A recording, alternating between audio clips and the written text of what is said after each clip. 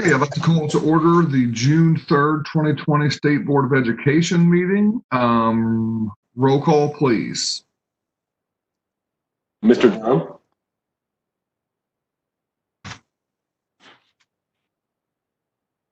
Mr. Durham? Present. Thank you. Dr. Ernest? Here. Dr. Freitas? Present. Mr. Gastineau? Here. Mr. Mapes? Here. Mr. Miller? Yes, sir. Superintendent McCormick? Ms. Moat? Here. Ms. Rentschler? Here. Mr. Walker? Present. Chairman Watts? Here. Thank you. We have a quorum. Thank you very much. Is there a motion to approve the agenda? So moved. Second. We have a motion and a second. All those in favor signify by saying aye. Aye. Aye. Opposed? So ordered.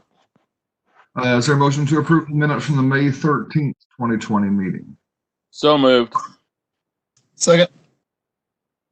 We have a motion and a second. All those in favor signify by saying aye. Aye. Aye. Aye. Opposed? So ordered. There is no statement from the chair. Are there any board member comments or reports? Mr. Chairman, this is William Durham. I would have to recuse myself from new business action item A due to my affiliation with the Excel Center. Absolutely. Any other board member comments or reports? And I will also be recusing myself from consent item I, which is Turnaround Academy funding. And Mr. Chairman, I would like to make a record, this is Katie Moat, that I am recusing myself from consent agenda item E, Southeastern Indiana Career Center. Thank you. Any other comments or reports? Seeing none, is there a motion to approve the consent agenda? So moved. Second. Second. We have a motion and a second. All those in favor signify by saying aye. Aye. Aye. Opposed? So ordered. On to new business action. Action item A, contested ADF appeals, Excel Center Kokomo. So for Excel Center Kokomo, just to clarify, this is an A through F appeal, but it is no longer being contested. The recommendation put forward to the board is to approve the recommended decision put forth by the hearing officer, which would deny the appeal, and then simultaneously it would officially place Excel Center Kokomo for the 2018-2019 school year, awarding them a letter grade of A. Okay. Any questions by board members?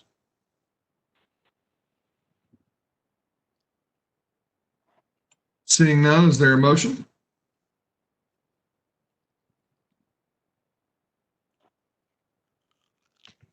Motion to approve recommendation.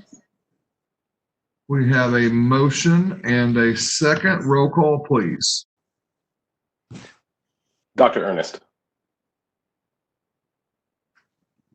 Yes. Dr. Freitas? Yes. Mr. Gastineau? Yes. Mr. Mapes? Yes. Mr. Miller? Aye. Ms. Moat? Yes.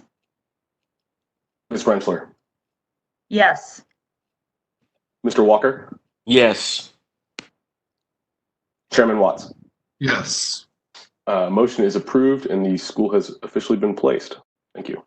Thank you very much. Moving on to new business, action item B, contested A through F appeals, options Noblesville and options Carmel.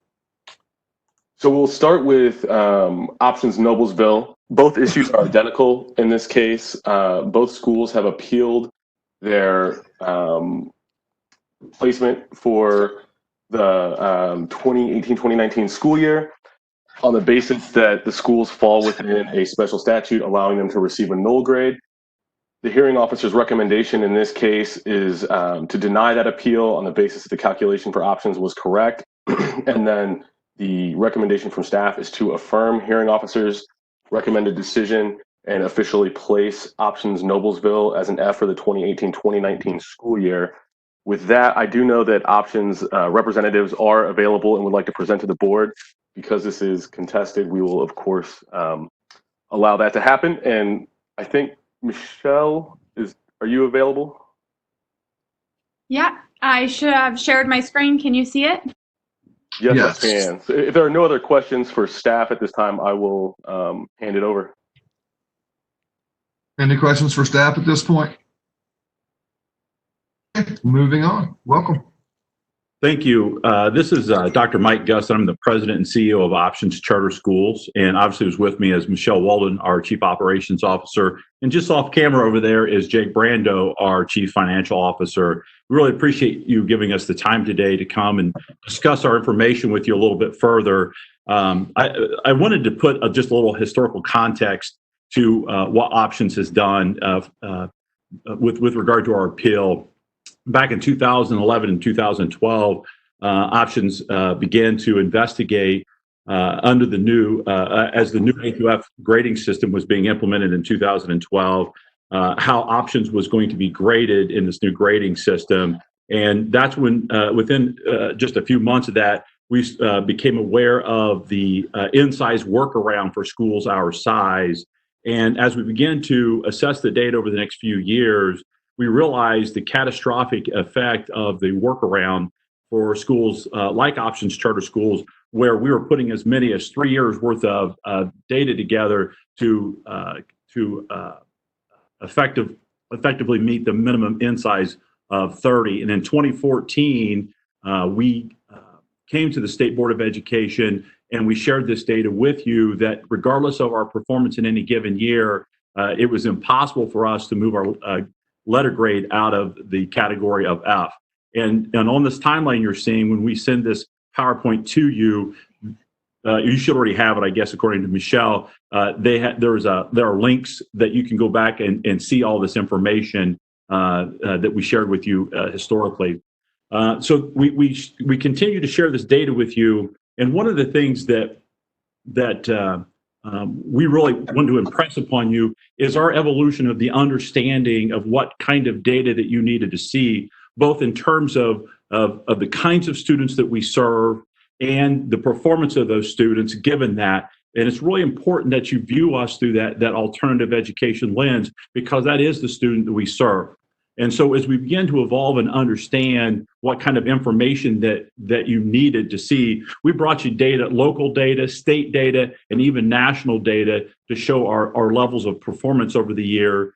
And in 2017, 2018, you offered two other schools, alternative schools in the state of Indiana, null grades based on the Indiana Code 2031-84-C, stating that they served a different population, and it was the identical argument to the ones that we had been giving you for years.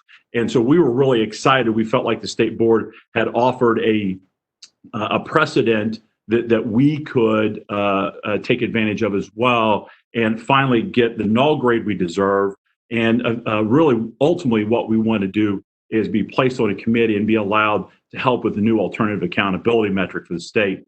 So we started to offer you data, NWA data, Cognia, formerly Advanced Ed data. We offered you momentum strategy and research data over the years. And so over the years, we've offered you all these different kind of data points and data sets to talk about the performance of our students and the kinds of students we serve.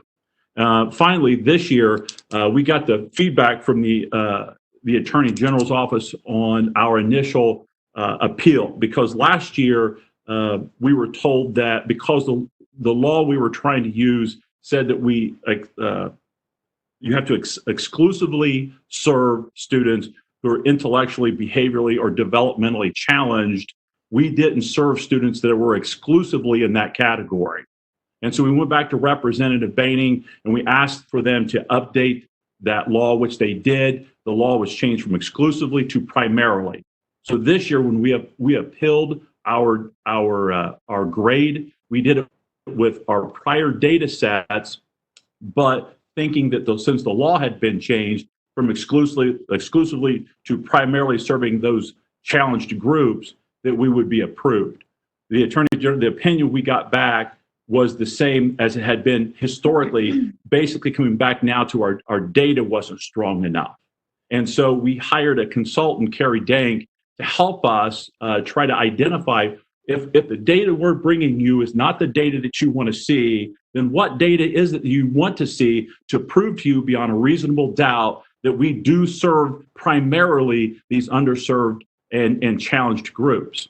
And so we work with Carrie and work with many people at the state level, at a regulatory level, and at even a legislative level to try to identify different types of data sets to convince you that we do serve these populations. So it's an important distinction. I want you to note that between the Attorney General's opinion that you have and that Mr. Murphy is using as the basis for moving forward with the recommendation to stay with the Attorney General's opinion, and now the data has shifted significantly because we were told that data set wasn't strong enough. And that's the data set that Michelle is going to share with you right now. Yeah, so this is the secondary data set, that we shared with you just prior to the last board meeting, which is why we shifted to allow some time to digest this data. We felt like it was really important to help everyone understand that we do serve this extreme category, and we are very sensitive to the decision that it's not the norm to give schools a null grade or an exemption from the A through F accountability metric. And it is, and I will say it several times, it is our desire to help put together an alternative accountability metric that's appropriate for schools that are serving extreme categories. And so, as Mike said, we worked through that data to say, well, what are the extremes of your students? We can't just talk about the specific alternative education data that qualifies them for alternative schools, because there are lots of students out there that fit those categories. And so we wanted to go through and show you the extreme nature of the challenges that our students face. And the data that we shared with you here, it's important to note that every student is only counted one time. So this is not multiple data on top of multiple data, even though most of our students have more than one of these challenges that we could have marked yes to. As they enroll, we collect this data. So this is of all the students that enrolled during the 18-19 school year, which is the A through F year that we're looking at right now. And it shows that nearly 100% of our student population had a severe challenge. These challenges are not categorized by just conversations, and these are documented. These are documented in the STN site. They are documented from their prior school, whether they dropped out of that school or they were a chronic absentee. And these are documented through the juvenile justice system. Mental health challenges, these are documented. Students that are receiving therapy, often having to miss large chunks of the school day because of IOP or other therapeutic needs.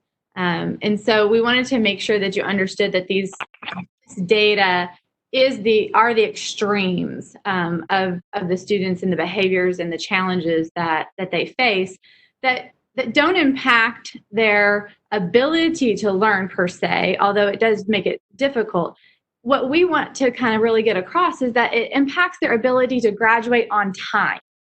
And that's the biggest thing about alternative education, is that these students are at risk of not graduating. And what the A through F metric really does for us is it pins us in that hole of graduating in the fourth year.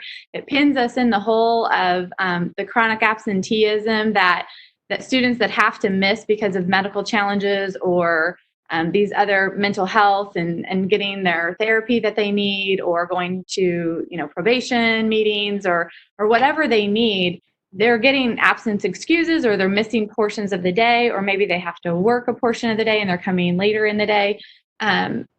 Those things are what's driving our F grade through the A through F accountability. Whereas if you're able to look at our actual success, what we do with the students by the time they leave us, we have high quality diplomas.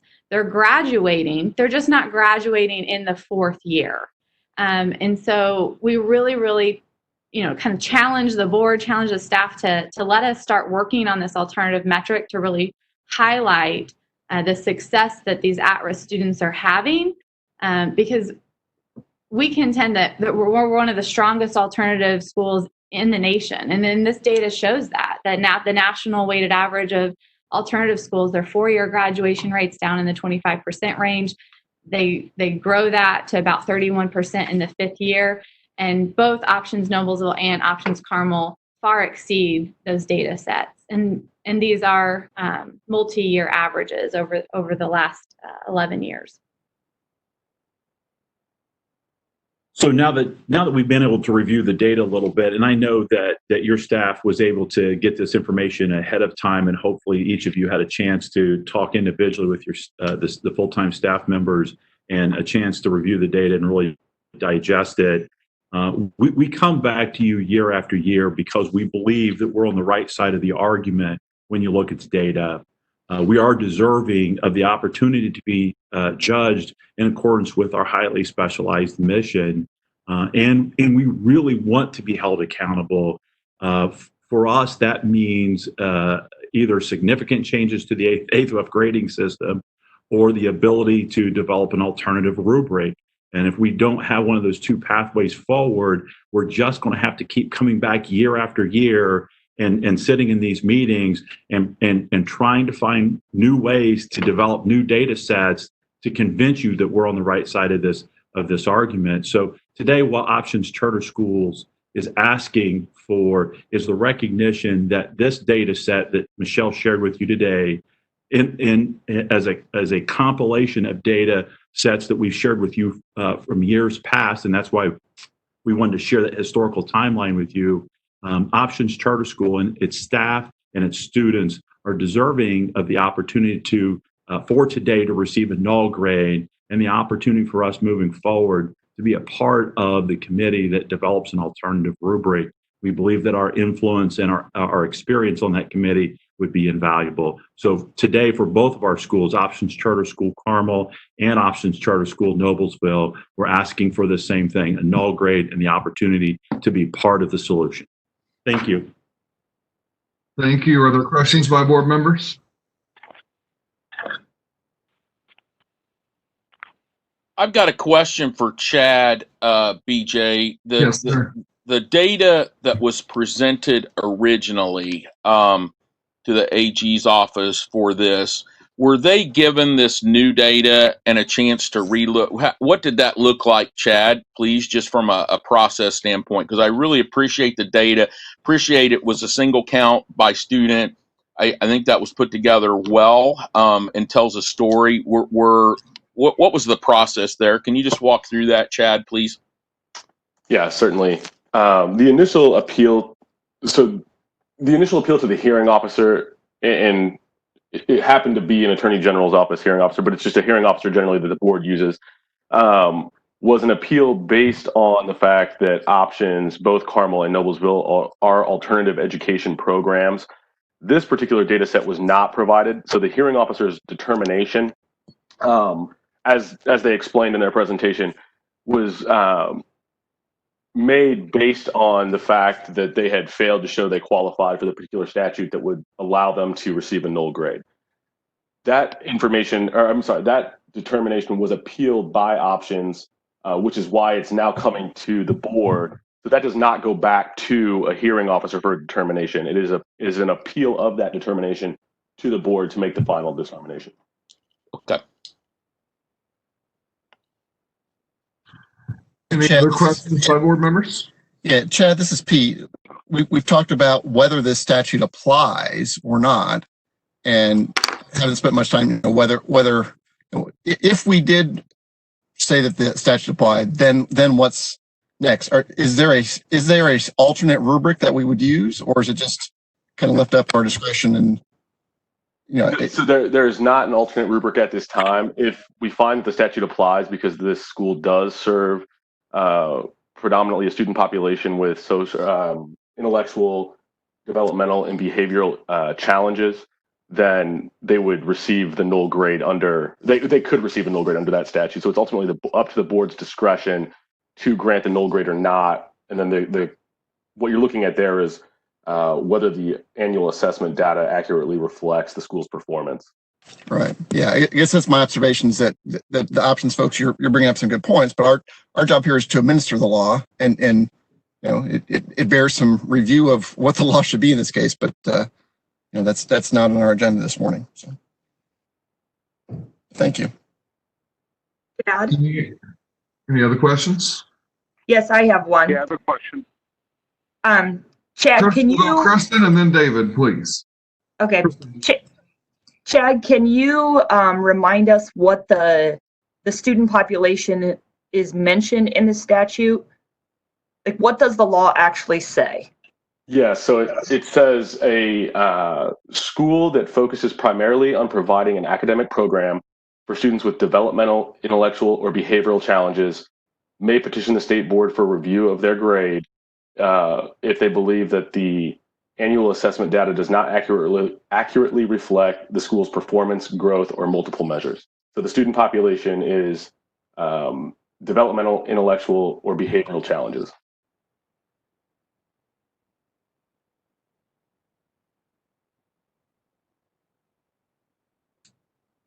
Kristen, do you have any other questions?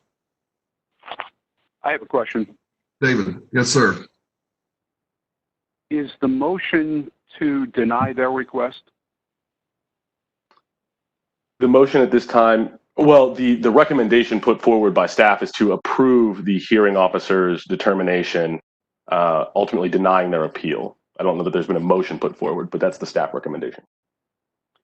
Therefore, I move to accept the no grade. Second.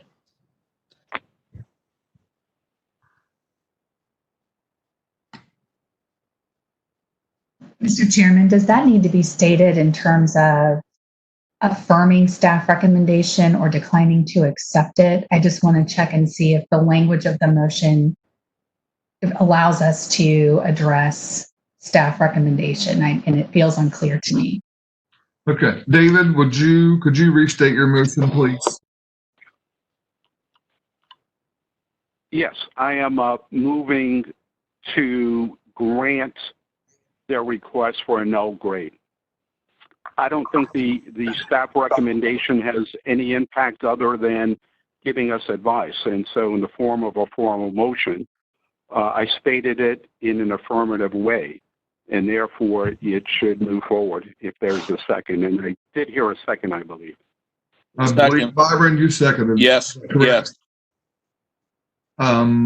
Any questions by board members?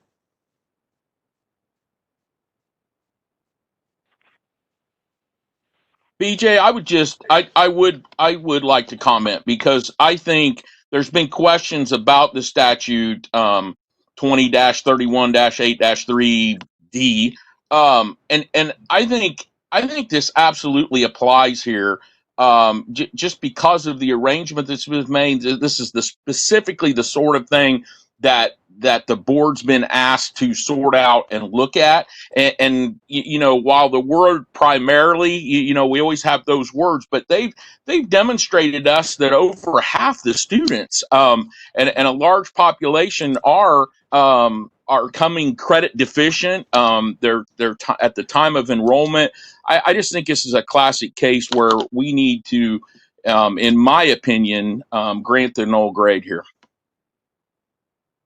Okay. Thank you. Any other questions or comments by board members?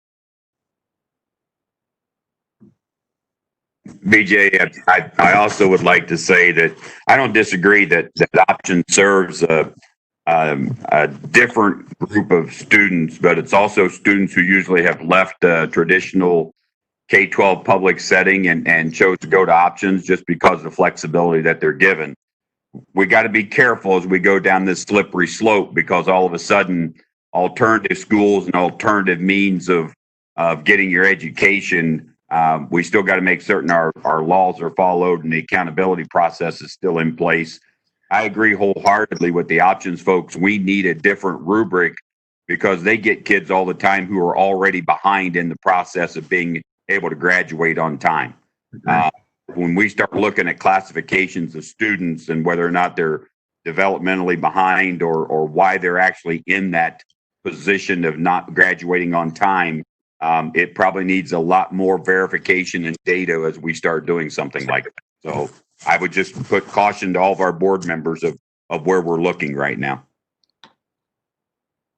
Any other comments by board members? Yeah, I would agree with those sentiments that I don't support the motion to give the null grade. But again, that doesn't mean I think everything's great with the system we have and it bears review. But that's for future discussion.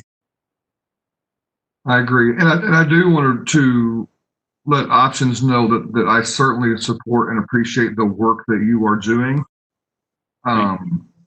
Your data is strong, and you should be very, very proud of that. But I would echo the comments from Pat and Pete.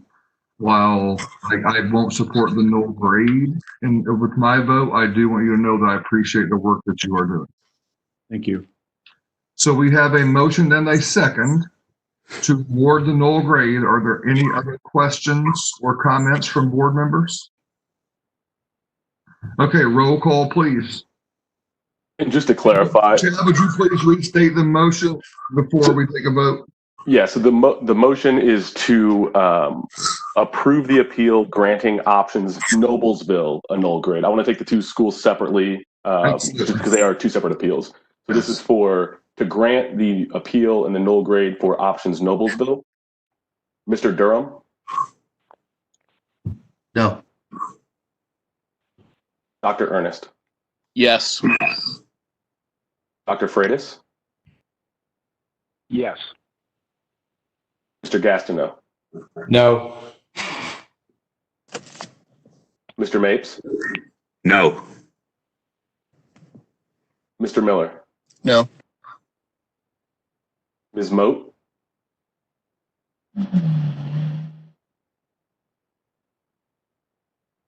Ms. Moat?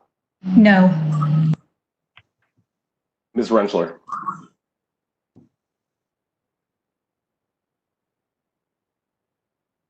Ms. Rentschler?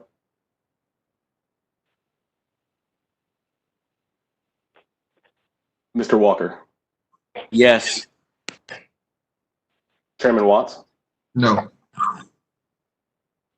Ms. Rentschler?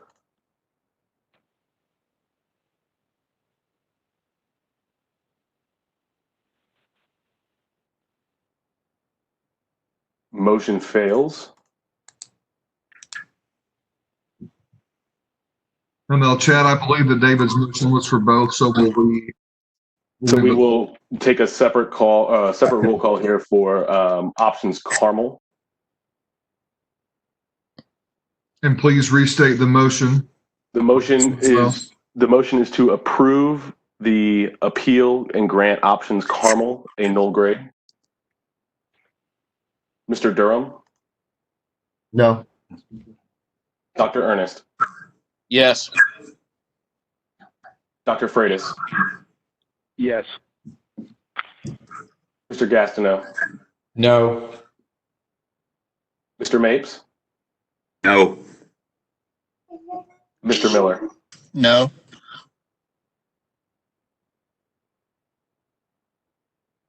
Ms. Moat? No. Ms. Rentschler? Chad, this is Molly. She texted that she's having trouble being heard and that she's having some kind of technical difficulty and is trying to vote. Okay. Fit in the chat box so we have a record of it. Absolutely. Could she type in the chat box to make sure? Yeah. Very good point, Katie. Chad, did you get her vote? Thank you. I did get that vote. And just for the record, and those watching, Kristen voted no. Mr. Walker? Yes.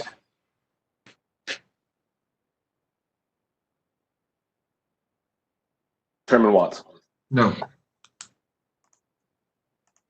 Motion fails. Okay, is there a separate motion?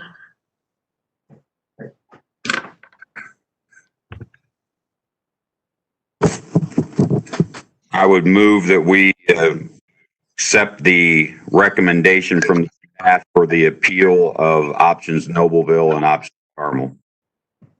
Second. We have a motion and a second. Any questions or comments by board members?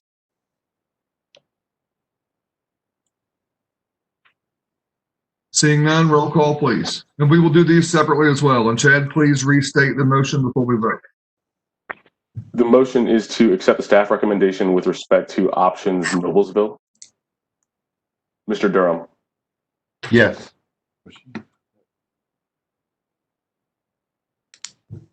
Dr. Ernest. No. Dr. Freitas. No. Mr. Gastineau. Yes. Mr. Mapes. Yes. Mr. Miller. Aye. Ms. Moat.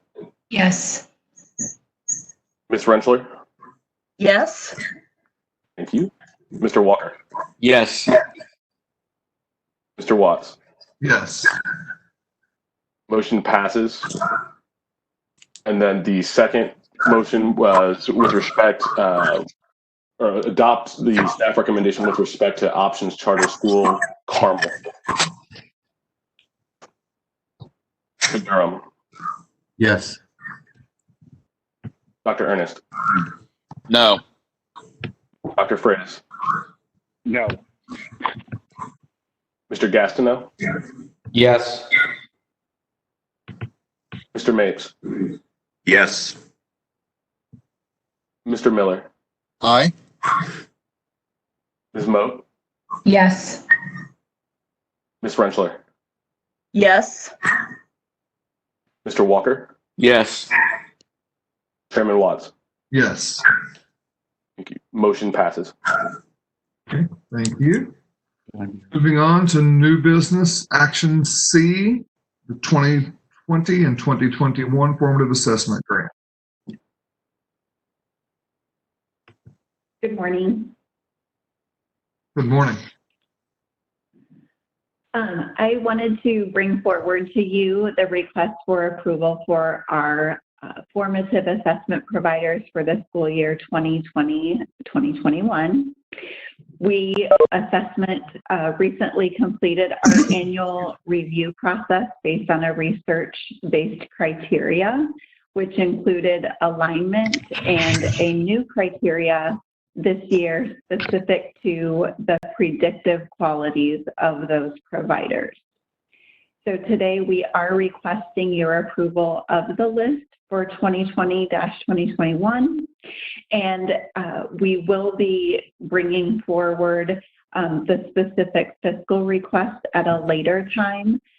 Schools will have the opportunity to request these funds in July through early August, and that fiscal request will come to you in September. Okay, are there questions by board members?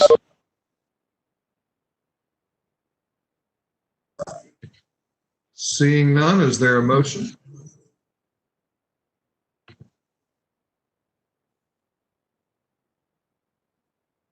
I'll move to approve.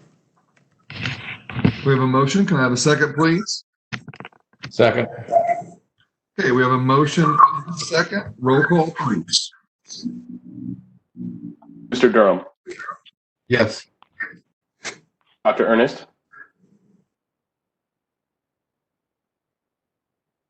Dr. Ernest. Dr. Freitas.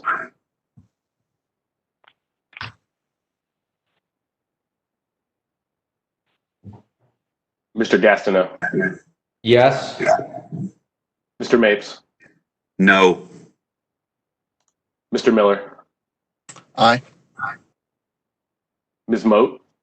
Yes. Ms. Rentschler. Yes. Mr. Walker. Yes. Chairman Watts. Yes. Dr. Ernest.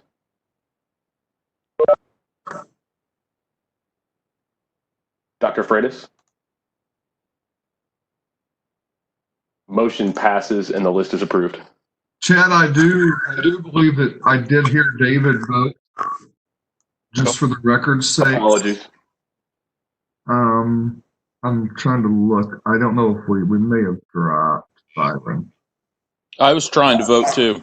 Oh, sorry, sir. I was scrolling across my bottom here to see who. Dr. Ernest. Yes. Thank you. Dr. Freitas, I'm voting yes. Thank you, sir. Motion passes. Thank you. Thank you. Moving on to discuss ETS teacher licensure content test cut score setting process.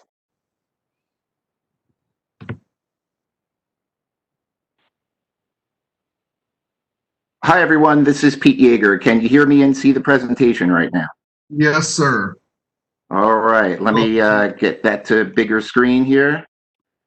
Well, thank you, everyone, for inviting us. Of course, this is our first presentation in front of you, and we certainly did not imagine when we started working on this that it would be virtual, as I'm sure none of us probably did, but we really appreciate the opportunity to be with you today and to present some information. I'm Pete Yeager. I'm the National Director of Client Relations for the Professional Educator Programs at ETS.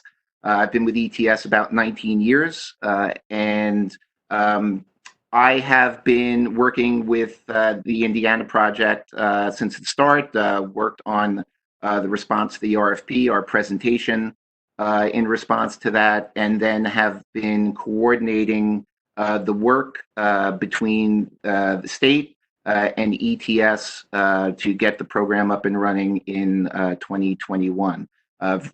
Just on that point, really enjoyed so far our work with the department. Found everyone very responsive and helpful and enjoyable to work with. We hope they feel the same about us and our work. First, we want to, of course, send everyone our best. We hope everyone is healthy and well and safe in what has been, I guess, an understatement to say a challenging year. But we do hope everyone is doing okay. This is the first chance we've had to say thank you as well for awarding us the work. We appreciate you putting your trust in us to get the job done. We won't let you down, and we've got about 40 or so states and territories and agencies that use the Praxis program, and so we want to welcome you on behalf of everyone at ETS to the Praxis family. And look forward to many years of successful work and relationship. Since this is our first time, I'm sure some of you know a little bit about ETS, but wanted to provide just a quick overview before we get into our work. Our mission is to advance quality and equity in education worldwide. We take that very seriously, not just kind of a statement that we do, but we try and apply that to all the work that we do and take on. We were founded in 1947. We are a nonprofit organization and have been since the beginning. We combined, when we were created, there were several organizations that were working in the burgeoning assessment field. One was the American Council on Education, another was the Carnegie Foundation, and then the College Entrance Examination Board, the College Board. ETS was kind of a conglomeration of their assessment pieces, and that started out in 1947. The National Teacher Exam was one of our founding assessments that's been with us since the beginning. In 1993, had a transformation and created the Praxis series. And we've developed and administer over 50 million assessments a year in about 180 countries and over 9,000 locations. That seems like a lot, and it is, I know. But one of the things that we hope you'll find out is that we give each of our clients a significant amount of attention, and that's my job to try and make sure every client gets the attention and the work that they deserve. So I hope you'll find that that is the case.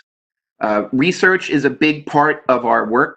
It is a part of our organizational mission in 1947, and it remains. Many of the practices and the science of assessment and how tests are developed, and you're going to hear a lot about that in the next few slides from my colleagues. That was all developed at ETS. So a lot of the standards and the practices that are used in educational measurement throughout the industry and other organizations were developed here at ETS, and we're certainly very proud of that. One of the things recently that we've been working on that we're proud of that I do want to make mention of in our response to the COVID-19 situation has been the development of our Praxis at Home testing solution. So early on in this, we realized that when test centers started to close and that this would probably be for some time, we started working on a solution to have candidates test at home. And we partnered with ProctorU, an organization that has a lot of, that is their sole work to administer remote proctored tests. And on May 15th, we launched our registration, and May 18th, we started testing. So it was only a matter of several weeks that we decided to do this and start getting this up and running. And so we have about 46 or so tests. We offer close to about 100, so almost half of our tests that are available online for candidates to take at home. We've got, let's see, right now we've got about 36,000 registrations already in the last 2 weeks since we launched, and have administered about 4,000 tests. Still, even though we don't launch the full program until 2021, we do have 17 Indiana educator preparation programs that use our Praxis Core. That's our basic skills test for admissions into their programs. And the Praxis Core is available for at-home testing. And so we hope that Indiana EPPs and candidates are taking advantage of that service that we've developed. And I'd be happy to answer any questions that you might have on that later on. So I am going to turn this over to Karen Riedeberg. Karen is our executive director for our assessment development group. She's going to talk to you a little bit about the test development process. Later, we have Wanda Swigert. Wanda is one of our associate directors in our test use and validity group, and they're going to take you through the remaining slides and talk to you a little bit about some of the work that we're doing. So Karen, are you there and taking over? Yes, I am. All right, thank you. Hear me? Great. We hear you. So fine. thank you, Peter. Thanks everyone for taking the time. I'm just going to spend a little time on the overall test development process that we use. The bulk of this presentation today is going to come from my colleague Wanda Swigert, who's going to go over the score setting, the passing score setting process. But before we do that, I just wanted to give you an overview of our entire process and highlight some of the principles behind the process that ensure the validity of scores. So obviously, everything hinges on the validity of the scores. In a licensure environment for teachers, it's determining who is ready to begin teaching and who is not. And so all of our tests are built to support that claim that candidates who pass have demonstrated the knowledge and skill that's necessary for safe and effective beginning practice. We use a process that relies heavily on expert judgment from the field to ensure that content validity. And so the process, okay, I thought I was in control, but I can't seem to move the slides. Hold on.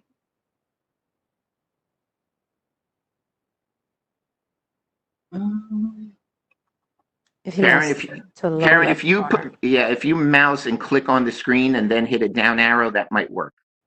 There we go. All right. Excellent. Thank you. So the process that we use, essentially, we get a group of experts together.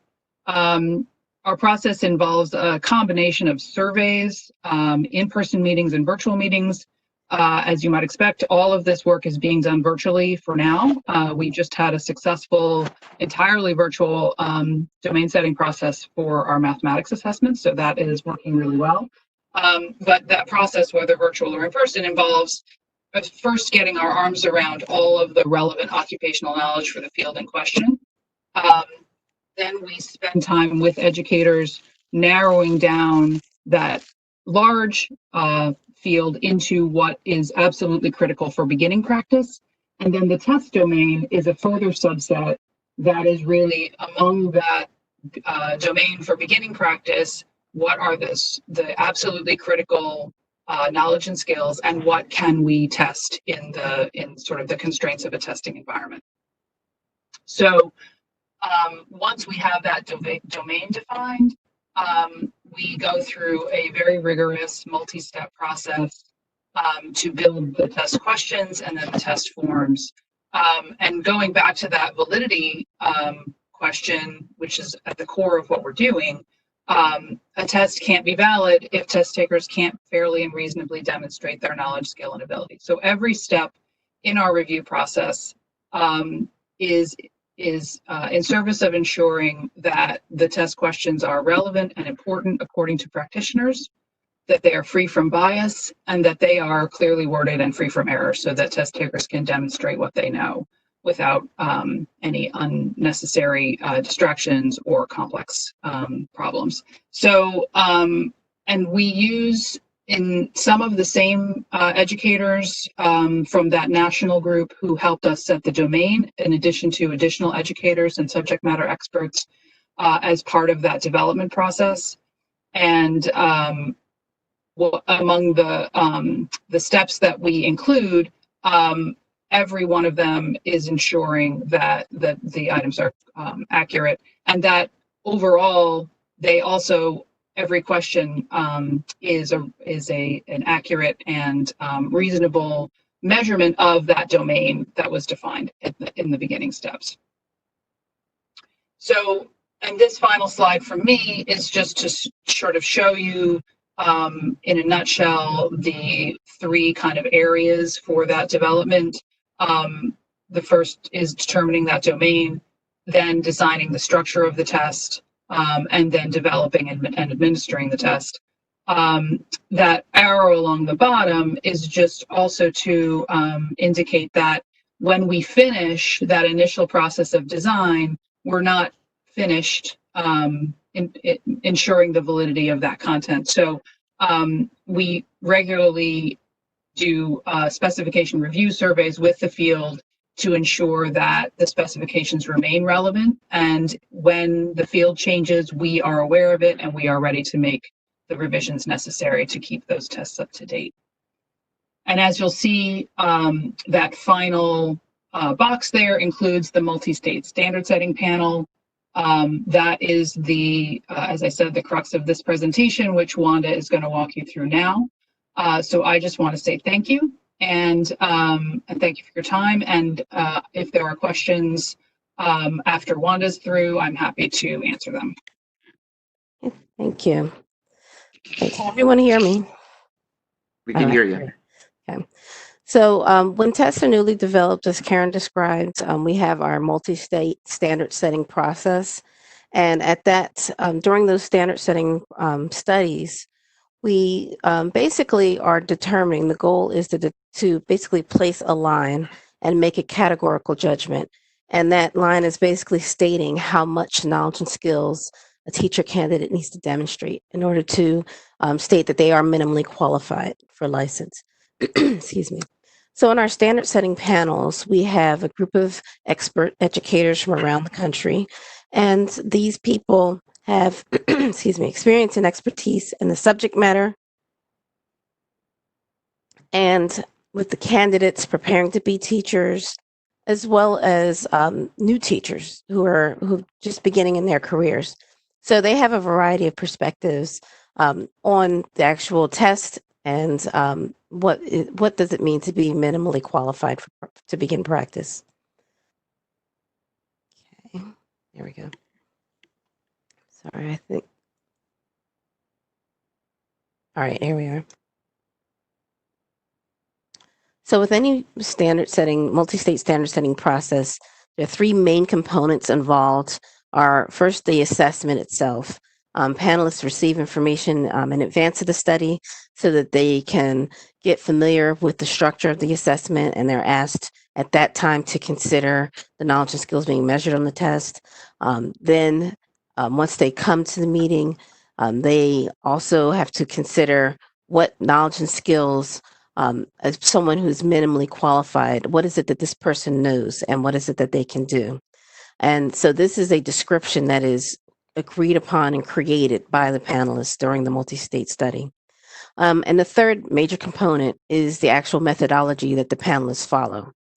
So for each of these components, panelists need to fully understand it, and this is involved with independent reviews as well as discussions. So first, when they arrive at the study, they have an understanding of the assessment. So they independently review the test or take the test, and then they engage in a discussion with their colleagues and talk about what they saw being measured and asked of the candidates. They talk about the relative difficulty of the content areas and how that relates to test takers, people who are beginning in their fields and preparing to become teachers. Then the panelists engage in a discussion where they talk about what knowledge and skills represent someone who is just qualified. And no matter where you place that cut score line, there's always going to be someone who is just qualified and just makes it over that line. So the panelists are describing, basically they're describing the standard. They're talking about what is it that this person can do and what distinguishes them from someone who is not yet qualified but might be right next to them on that continuum. So then finally, the panelists are trained in the standard setting methodology and how to make their judgments using that methodology. Typically, our praxis tests have multiple choice questions, and some also include constructed response questions. And so the methodology is based on the structure of the test. And we typically use modified Enghoff method as well as extended Enghoff if there are constructed response items on the test. So the panelists are trained in the methodology and how to make their judgments. Then they engage in a practice round. And that practice round includes discussions with each other so that they are talking about why they made the judgments they made, and basically they're understanding that process. And the expert standard setting facilitator is listening to make sure that that all the panelists are understanding what they're doing before they are ready to make their first round of judgments. And they do receive a training evaluation also after the practice round is completed. So for the multi-state standard setting, panelists do engage in 2 rounds of judgments. So after the practice round, which does not count, they make their first round of judgments independently. Then they see data on the summary of the panel's recommendation. They also see item level data where they can see how their judgments converged or diverged. And they have group discussions on any items they wish to discuss. And they talk about why they made the judgments they made. And the purpose of this discussion in between the rounds is basically so that the panelists can hear these different perspectives from their colleagues from other parts of the country, or have different ways of thinking about the items and how it relates to that just qualified candidate. But ultimately, it's so that they are a better informed judge when they make their round 2 judgment, which is their last judgment. So here's a visual way of representing the entire standard setting process. So we have the assessment where candidates will score from low to high along that assessment. Then we have our just qualified candidate description that the panelists work together and agreed on. And that is the only time during the process they have to agree with each other. And then using the standard setting methodology, they make their judgments, and the judgments basically are determining how that just qualified candidate would perform on the test. That score then becomes the cut score, because if anyone would perform lower than someone who's minimally qualified, then that means that they're not yet qualified. Excuse me.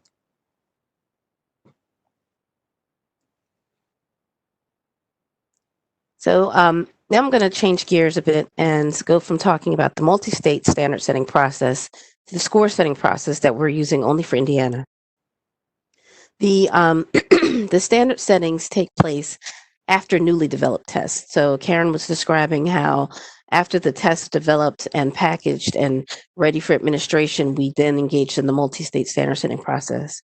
However, we have tests that Indiana is adopting for the fall of 2021 that have already gone through that process. So for those tests that already other states already have cut scores established, we're having distance-based score setting studies for those tests. these studies have always been planned as distance-based studies. So the health crisis right now is not interfering with that. So it's good that we've been able to just continue with the score setting meetings during this during the summer. So in essence, the score setting studies are small distance-based panels and they're short meetings where we have educators who have the same qualifications as our multi-state panelists, except they're all from Indiana.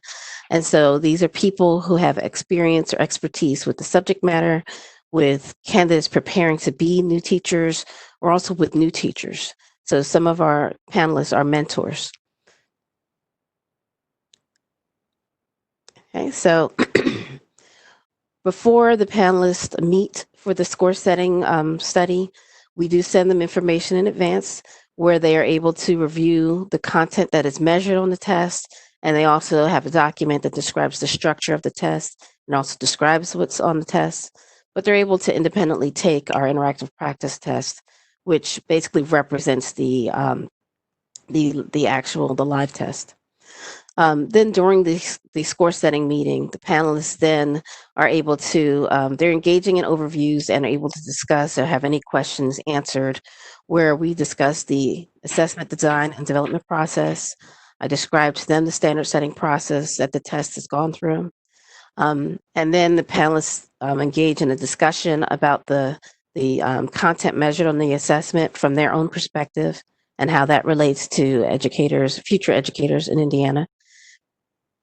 Then I show them data first I show them the scores that other states, districts, or territories who use the test, the other scores that they've adopted.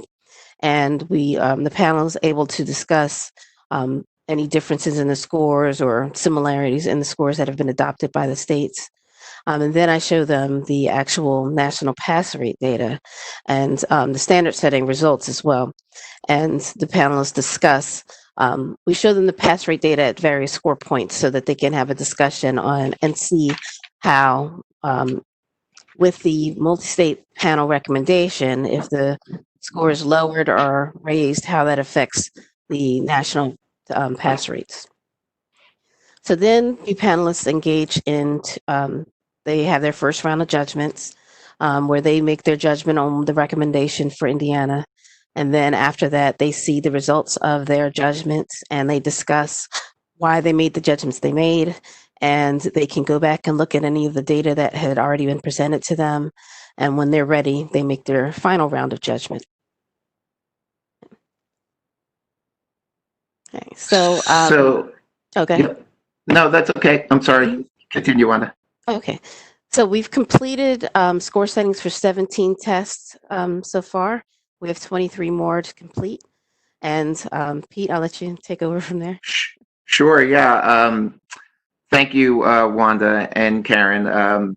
We, as Wanda mentioned, we've been doing. We've got about 40 of these to do, and so we're almost halfway there. We do want to get you the analysis and recommendations as soon as we can. Of course, we want to make sure you have these in as much time as possible so that you could review those. And it's well ahead of when we are going live in fall of 2021. If you start thinking about it, you know that it seems like it's far away. But when you start working backwards, well, the tests launch in fall. And we launch our registration and our website in July. We need to get all that information from the state by May of 2021. And you, of course, need time to be able to calendar and make the decisions about the cut scores over the months before that. So when you start working backwards, not that much time. And I'm happy to say we are on track, even with all that's happened with the COVID-19 situation. We are on track to make that happen and launch successfully in fall of 2021. So that concludes our presentation right now. We are welcome to have any questions on the process that we've talked about, anything else about ETS that you might like to know. And again, we thank you for your time. We're very appreciative to be able to do this work with you, and we're looking forward to that over the next months and years. Well, thank you very much for the presentation. Very, very informative, and I'm glad to hear that you're still on schedule, which is impressive given the current circumstances. So, job well done. Thank you. Are there questions by board members? BJ, this is Byron. I've got a couple, if I could, please. Yes, sir.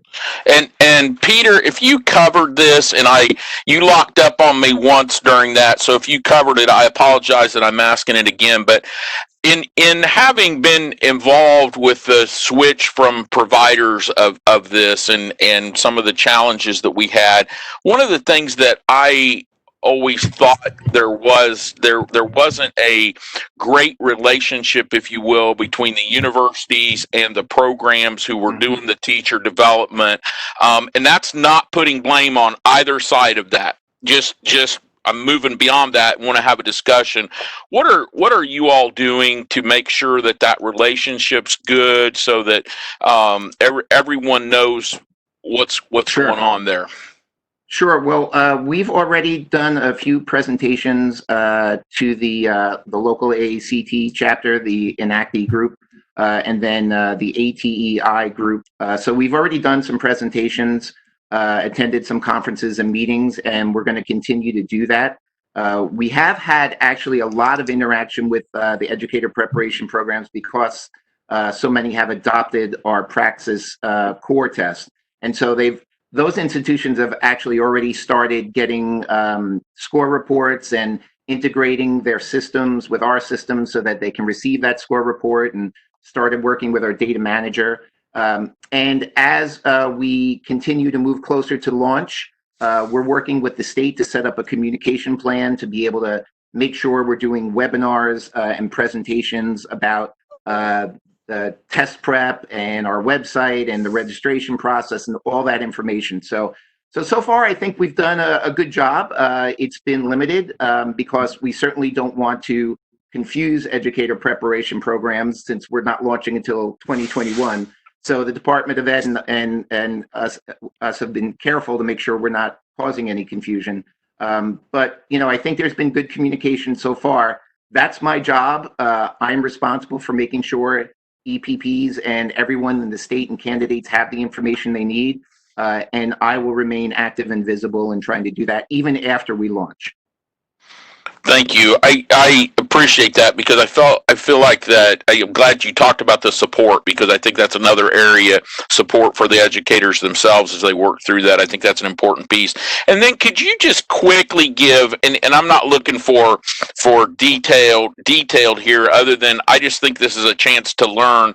Can you describe what remote proctored tests look like for you? Sure. So as I mentioned, we've been working with an organization called ProctorU to launch this system. So basically, a candidate for the tests that are available, and I mentioned we have about half of our tests that are available. Candidates would, they see that they are available at remote proctoring mode. When they go to register, they would see an option to select, much like they would select a test center in person, they would select at-home solution. And they click on that, and then they receive information from ProctorU where they set up a date and a time to test. They have to meet certain requirements. Their systems need to be, they need to have certain systems, they need to have certain softwares. We do offer both for Windows environment and Mac environment, so that's really good. And they sign up for a testing session. They need to, of course, have a computer with a camera. They are given the requirements ahead of time so that they can see whether or not their systems are up to speed, and they can actually do that testing. When they have that appointment, they have to do certain things. They show the room that they're sitting in. They can't have people coming in and out of it. They can't have materials where they're testing on the table. They can only take notes in certain ways. It has to be erasable so that they can then show the proctor they're erasing their notes. Of course, that's a big concern for test security. And we've had a lot of success. I think we're at up to 98, 99% effective. So 98, 99% of the sessions at launch are actually finished. There are, of course, technical challenges. Someone's internet can go down. And of course, there are other challenges. Unfortunately, not every accommodation can be offered in that environment. We're not offering every test right now. And unfortunately, not all candidates have access to the computers or the internet access. So we understand it's limited, but we wanted to try and get as many candidates tested as possible. Many states have not. States have either done waivers where they can, have their candidates test a year from when they were required. Some states have not. And so there's a great demand to have candidates test as soon as possible. And so we wanted to get as many candidates tested so that once centers do start to open up, which they have, they are opening up in a kind of a socially distant and safe way. And so we're planning on offering the at-home solution until testing centers are at full capacity. And of course, we don't know when that is going to be. So for the foreseeable future, until centers are at full capacity, we're going to offer the at-home solution. And then after that, we'll see what we can do. Thank you very much. You're welcome. Any other questions by board members? Seeing none, thank you again for the presentation very much. Our pleasure. Looking forward to our work with you. Absolutely. Ditto. Anything else? Questions or comments by board members before we adjourn? Is there a motion to Move to adjourn? I have a motion. Is there a second? Second. Motion to second. All in favor, signify by saying aye. Aye. Aye. We stand adjourned. Thank you very much. Thank you, everyone.